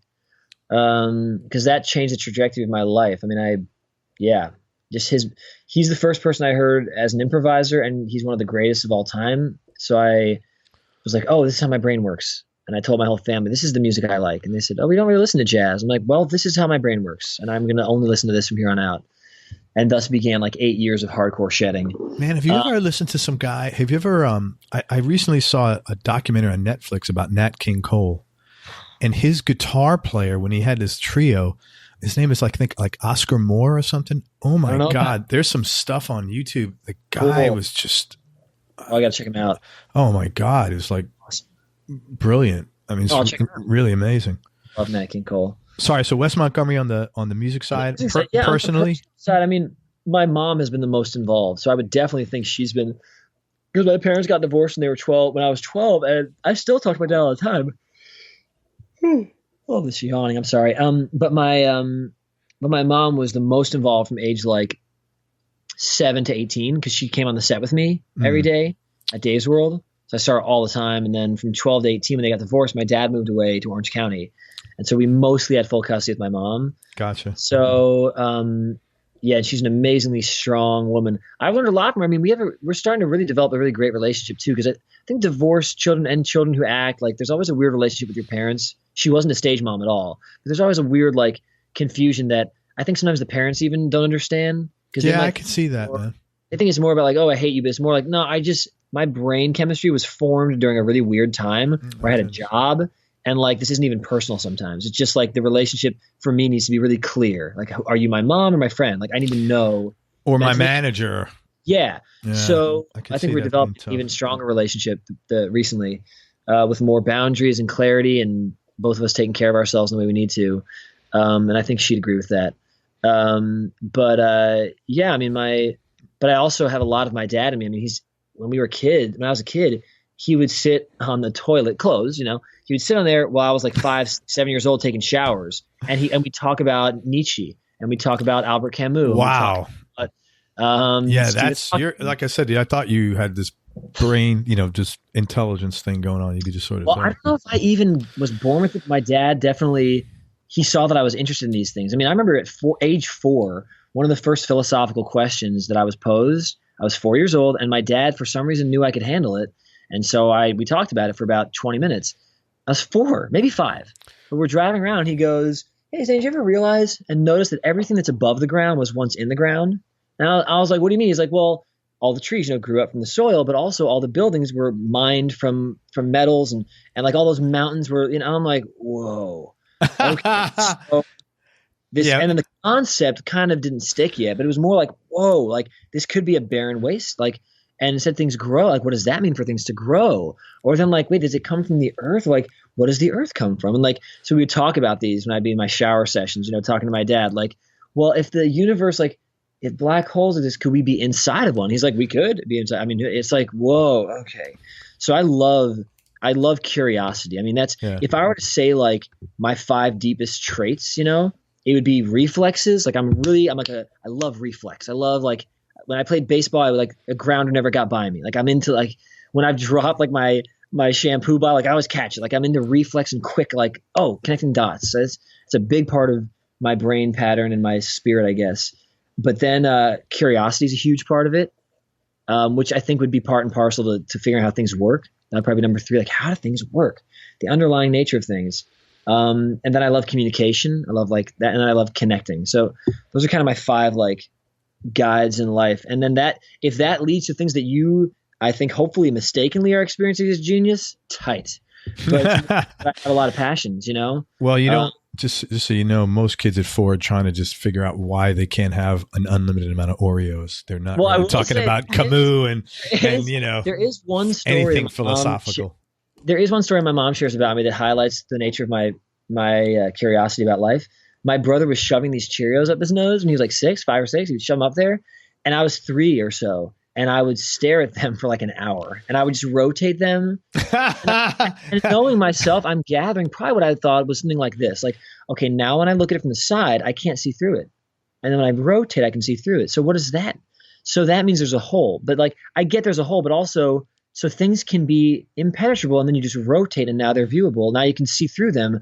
Is that true in the rest of life? Like, that's just kind of brain works. Like, wow. And like there's also little holes inside, but I can't see through those, but I know that they're holes because there's a bit of a hole, and like that's a gap. And what is a gap? And so I didn't have words as a child, but I was like, that's probably what I was staring at for an hour. Now when I go to music theory, Wow. It's like, well, we're in Dorian, but Dorian is real similar to melodic minor. And if I'm in melodic minor, well, then I'm kind of in a really fucked up, pardon my French, major scale, augmented, as they call it, the leading augmented mode. So if I'm in Dorian, like, can I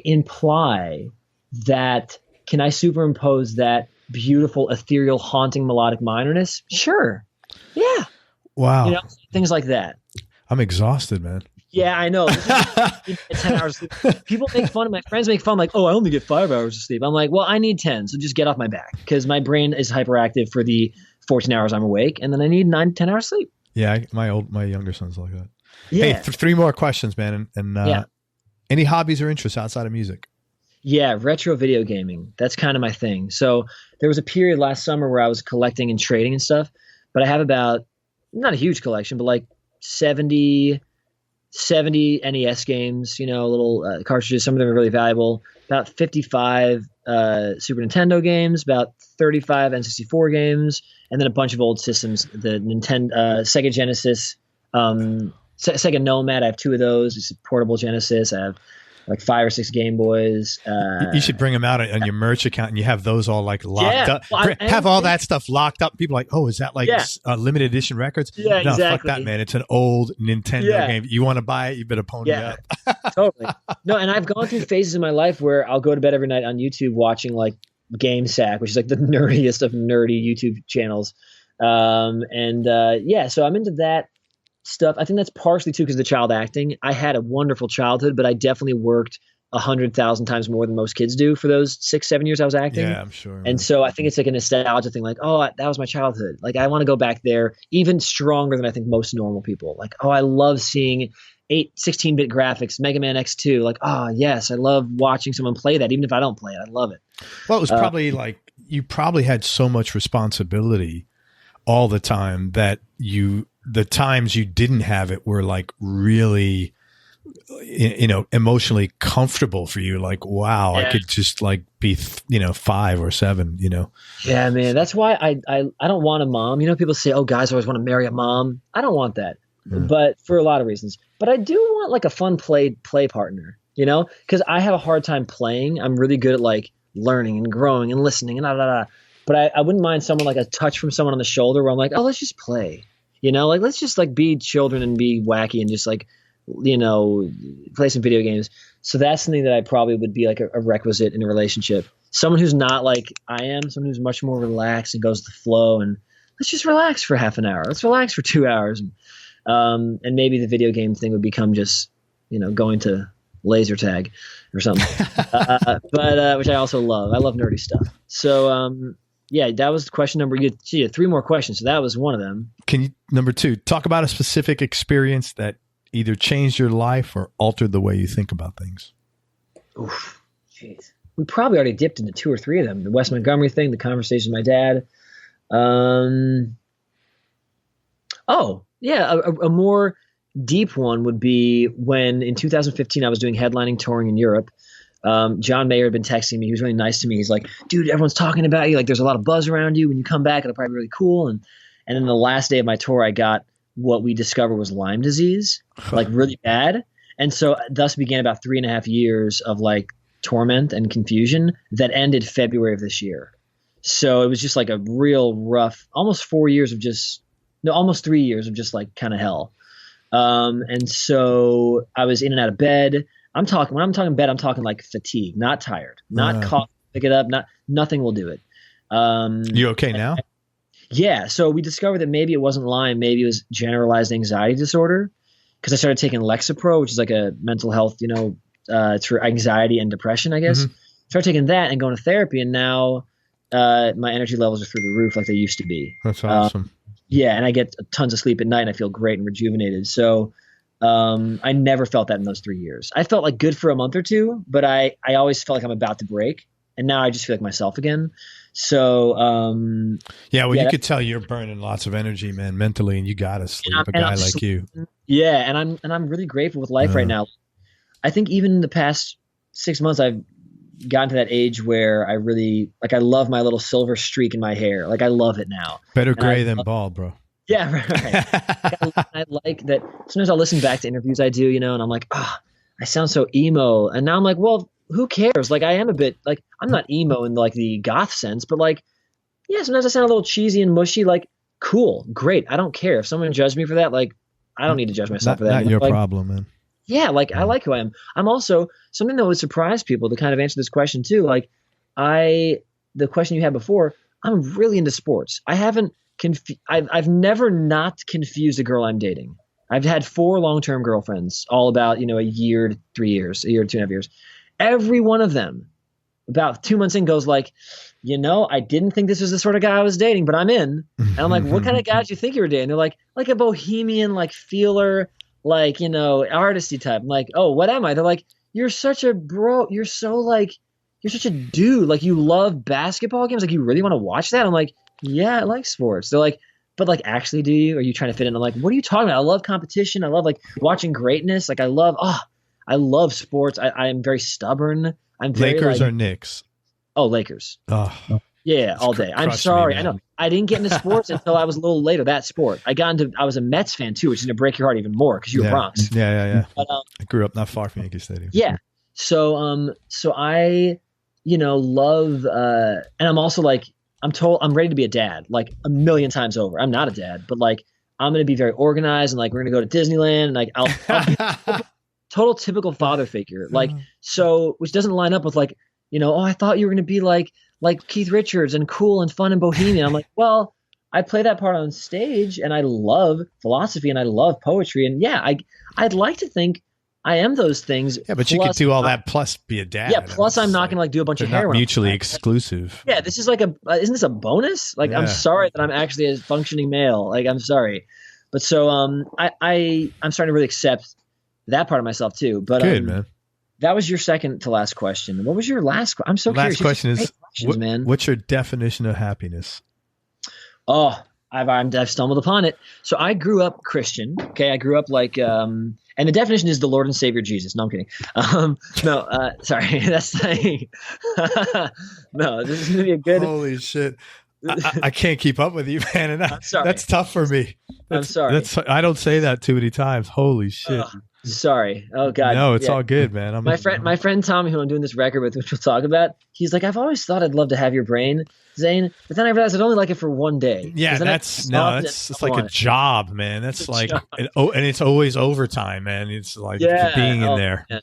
But I've also learned to accept that because I have friends who speak quickly as I do, and I get excited about life. So I get, I get manic sometimes, but I don't experience myself as someone who is randomly, just like I don't experience myself who has like an Asperger's-y or you have an awareness level or like an ADD thing. It's just that my brain kind of works fast and I love just following it. Mm-hmm. But I always try to keep it logical and it makes sense. It's not just like random ideas, So I started to appreciate that too. Like, all right, yeah, I do want to calm down a bit. I don't mind thinking the thoughts. I don't want to overwhelm conversations with the speed at which I kind of rush through things. So I'm learning that. But anyway, you asked. You grew up Christian. So I grew up Christian, okay?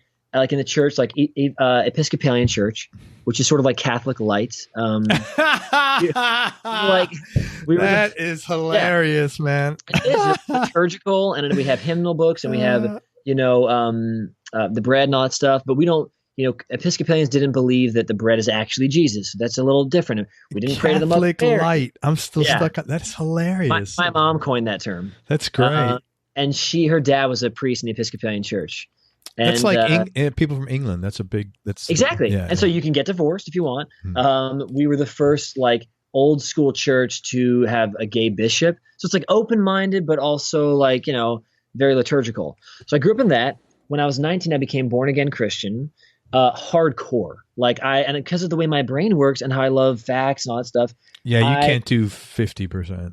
I dove right into the Bible, and it's not that I become like dogmatic because I'm not really that way, but I love learning. So if I'm going to learn about something, I'm going to dive in, and I won't go around saying, "Oh, well, you should get into crystals," or "Oh, vaccines have mercury." I'm not like one of those people. I'm just like, I love learning, and then we can have discussions based on facts that I've acquired, and I might be wrong and I'll change my point of view, and who knows. So I got really interested in it, and it's more that I'm interested in things than it is that I like. Well, you're curious, man. I understand. Yeah, I'm just very curious. So I get into this Bible stuff, and then I get really into Jesus, and then and And then I get really into going to churches, and I'm hanging with Johnny Lang and my brother, and we start going to this born again evangelical church. And then like I go through this 4-year phase of like born again Christian, like really hardcore. I never hated on people. I never judged people. But like friends would send non quote unquote believers to me who had questions, and I would answer their questions. Like, well, the Bible, was actually written this way. You may think it was written that way, but it was actually written. There's 24,000 manuscripts that are 99.8% identical. And like, so it's actually more historical than you'd think. And I'd give all these facts, and then I eventually kind of stopped going to church, and I came back into it via Hillsong. And then now I'm kind of in this space where I'm like, I'm finally finding a spirituality that feels so true and connected.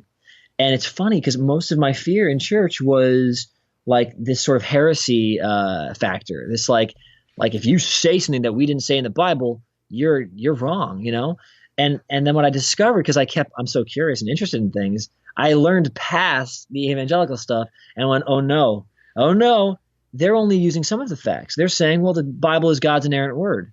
It's like, but you guys, I found out recently that was never written in Christian writings until after the Enlightenment, which would suggest that it was a response to the Enlightenment, because once they found out that the earth was not the center of the universe, they had to fight back. But early Christians did not need the Bible to be inerrant.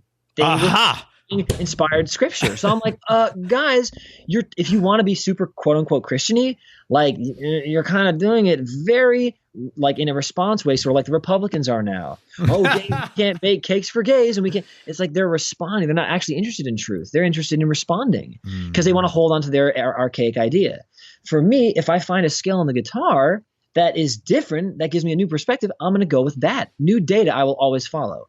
So that's unfortunately what happened. So I had to drip away from the Christianity a bit, the evangelical thing. And so now I'm in this free form land wondering what the truth is. I have Lyme disease. I'm terrified about life. And now I've finally come to find my own sort of spirituality, which is that here's my spirituality now, and it leads to my happiness. Whatever the truth is, my thoughts, my small thoughts of a person on a small planet in 300 billion galaxies, which each have 300 billion stars, therefore plenty of star systems that have planets around them. If I'm one of those people, I highly doubt my thoughts will change the truth, whatever it is. Now, I may change my perspective of the truth, but so my happiness now is I just rest in the fact that there is an ultimate truth, and it is what it is. And I will maybe never know it exactly as I want to, and I will maybe never categorize or define it as I want to, but it doesn't change that it is there. So if someone says it's Islam, if someone says it's Christianity, it could be one of those two. It's very unlikely, odd-wise, but it could be. Regardless, though, it is whatever it is. It is. It won't change by my definition of it. So I'm sort of like, I'm happy with that now. That makes me feel very rested. I don't have to figure it all out. Is the point. So I like that. And there you go. I don't know. I mean, that's holy shit. I'm ready for like a week's vacation. Dude. Oh my God. And on top of all that, he's an amazing freaking guitar player. That's what the funny thing is here, man. Like, holy crap. You can all this is going on. Like, I will say when I'm playing guitar, these are the emotional and subconscious things that are happening. And so whenever I have a student, I always like to say, like, it's amazing to know the notes, but a major 7 sharp 5 chord feels this way, and it may feel slightly differently to you, but it is these set of frequencies. And so if you really get to what that means, then when you play guitar, you're going to express that feeling, and that's more what it's about. But it is equal parts craft and nuance and feeling. But so these thoughts, these are the reasons, and I will say this bluntly, and this will probably be a bad thing to say towards the end, but these are the reasons why I get challenged by the music industry, because I really believe that artists are teachers and healers and all this beautiful stuff. And I just feel like so many artists now are scared and making money and trying to find sponsors. And it's so devoid of what I think our purpose is. It would almost be like if athletes were all, if every athlete in every major sport was working really hard at, let me think of something funny that's different. God, I want to think of something really perfect here.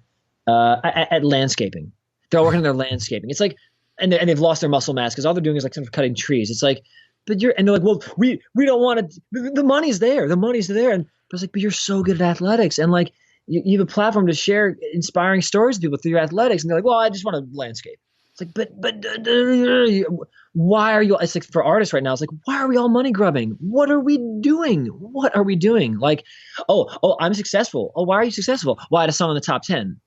That means you're successful. What the hell are you talking about? Like, what are you talking? You are a cultural voice that is impacting children and adults alike, and you're giving them a crock of horse shit.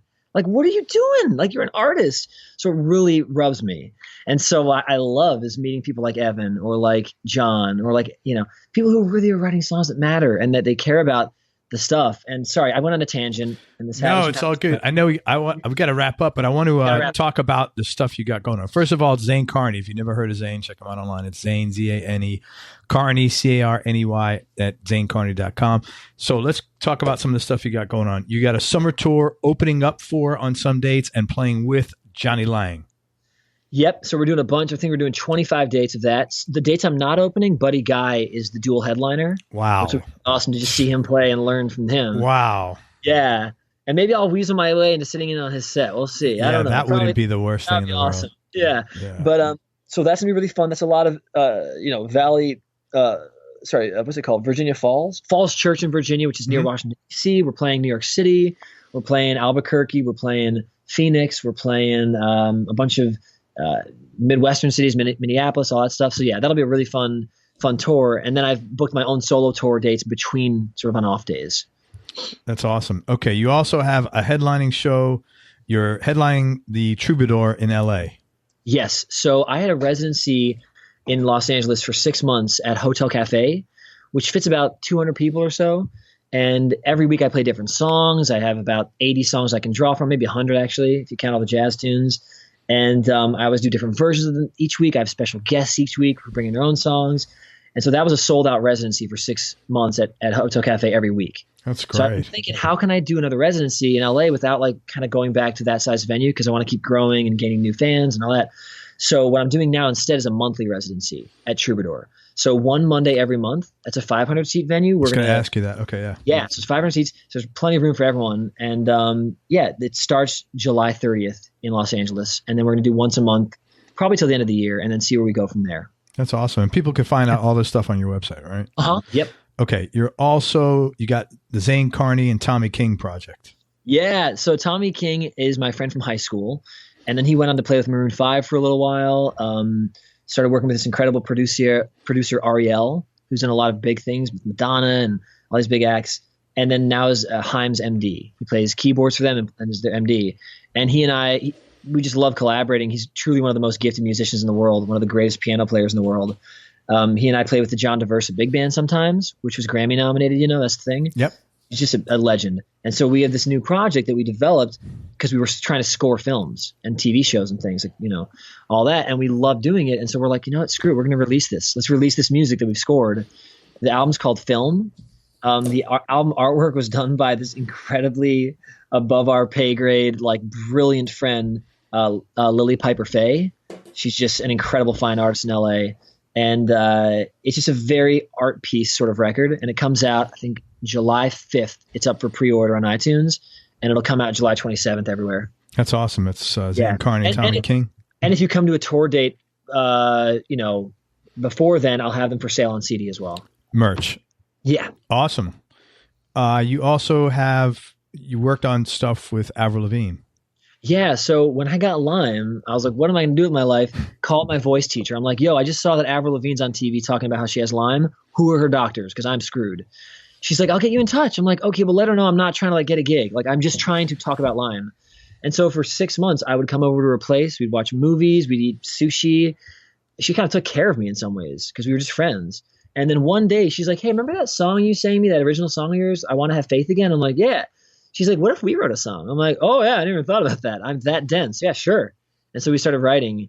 And so we've written 4 songs, one of which is going on the next record. And when is that coming out? Hopefully the end of this year, maybe early 2019. And we already have talks about me playing on her next tour. That's awesome, man. I play guitar on the whole record almost, so it'd be fun to do that. That's awesome. That'll be Avril LaVigne. That's coming out next year, probably early 2019. Yep. Your Instagram account is at Zane Carney. Mm-hmm. You're going to be in Tokyo. Yeah, I'm playing. So I've been doing headlining shows in Tokyo ever since I played with John Mayer there. I had one off night with him in 2014, and I was like, I want to play Tokyo. About 75 people showed up with 2 days notice. I was like, dang, these John Mayer fans are tight. This is awesome. And so the venue reached out to me and said, why don't you come back every 6 months? So I've been there 2 times already.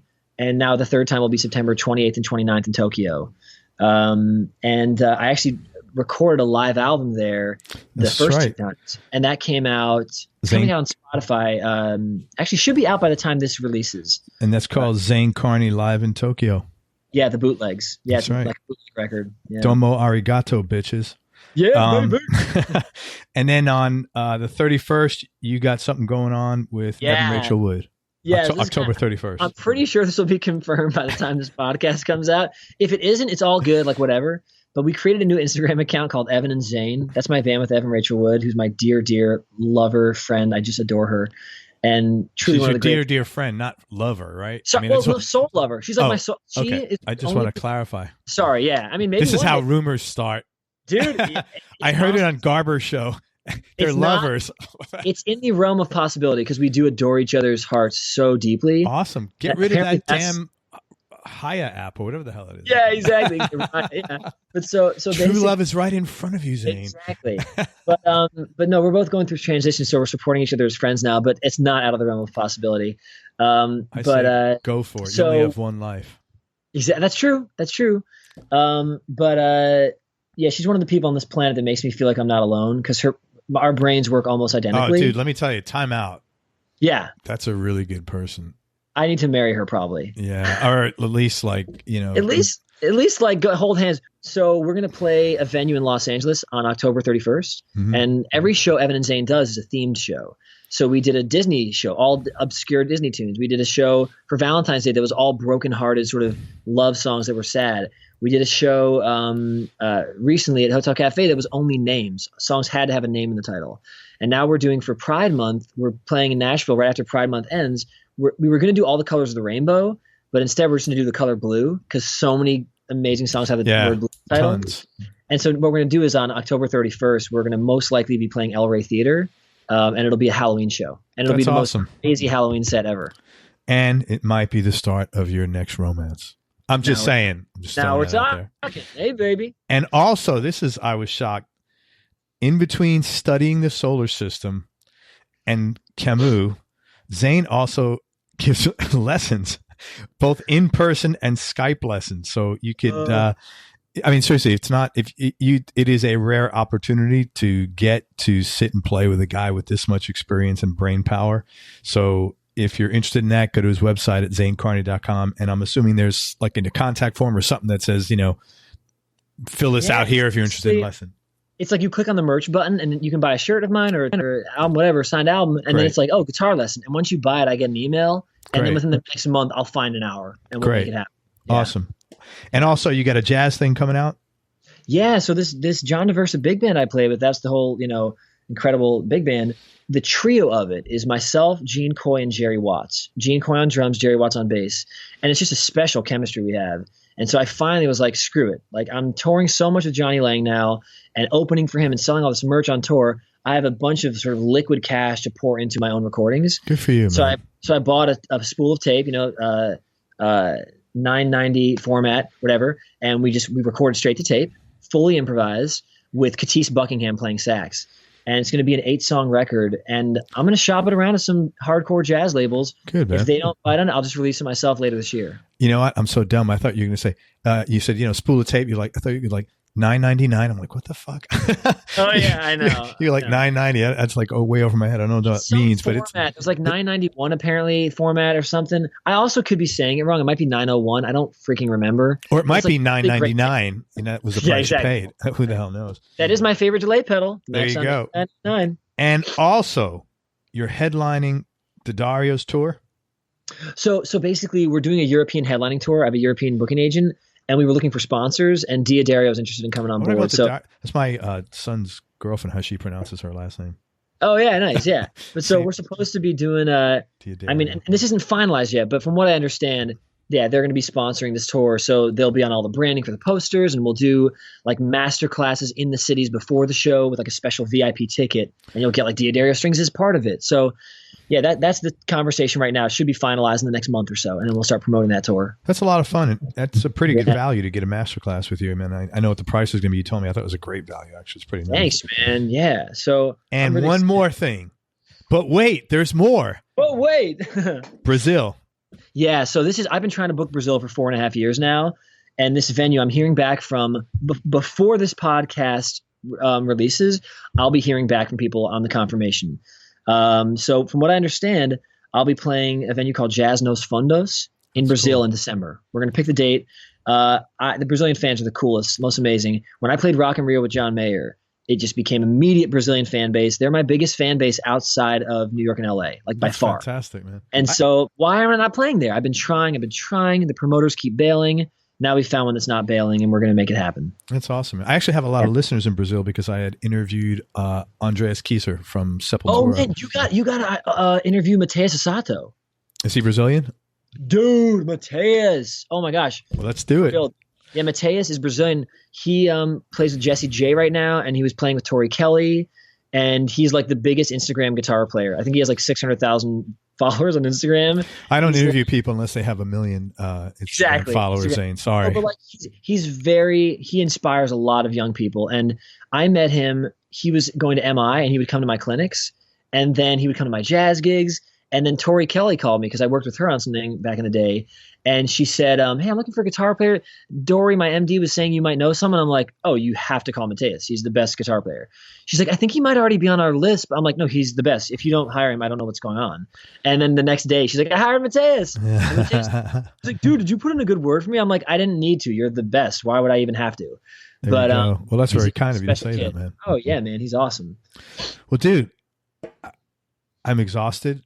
This has been interesting to say the least, man. And I really wish you a lot of luck. I'm glad that you've done a lot. I'm glad that you've learned a lot and grown a lot. And I'd love to hear, what the next chapter unfolds. And, you'll have you back here in a couple of years when we got Zane 2.0 or Zane 3.0 going on. I'd love that, Craig. Man, what a fun interview. Thanks for creating a space for us guitar players to geek out. Thank you. I appreciate your time. Everybody, please check out Zane Carney. Go to his website, zanecarney.com. He's got a lot of cool things up and coming, regardless of whether you're here in the States, in Japan, in Brazil, in Europe, or even in LA.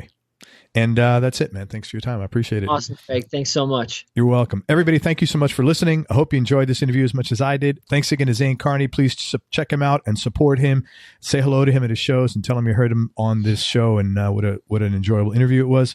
And thanks again for your time, Zane. Go to everyonelovesguitar.com. Sign up to get on our newsletter list and to get some special offers. And most important, remember that happiness is a choice, so choose wisely. Be nice, go play your guitar, and have fun. Till next time, peace and love, and I'm out. We hope you enjoyed this show. If you did, subscribe to the Everyone Loves Guitar podcast, and you can do this online at everyonelovesguitar.com or on iTunes.